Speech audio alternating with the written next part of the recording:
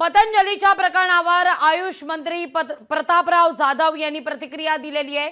आयुष विभाग कोणत्याही औषधाला परवानगी देत नाही असं ते म्हणतायत। आयुष विभागानं ॲडवायझरी तयार केलेली आहे। पतंजली संदर्भात ज्या राज्यातून याचिका आली आहे त्या राज्याची ॲडवायझरी निर्णय घेईल असं केंद्रीय आयुष मंत्री प्रतापराव जाधव यांची माहिती आहे।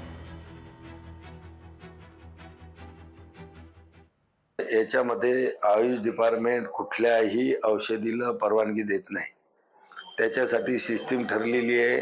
आयुष मंत्रालयाने एक ॲडवायझरी तयार केलेली आहे आणि या सगळ्या ॲडवायझरी आम्ही राज्याला दिलेल्या आहेत। राज्यातूनच त्या सर्व कारवाया त्या ठिकाणी केल्या जातात। पतंजलीच्या बाबतीमध्ये जे काय असेल ते ज्या राज्यातून ती अपील आली असेल किंवा केस आली असेल तर तिथले ते राज्य सरकार आणि त्यांची जी काही तिथली कमिटी आहे ते त्याच्यावर निर्णय घेतील। लोकशाही मराठी ऐका, पहा, जागरूक रहा।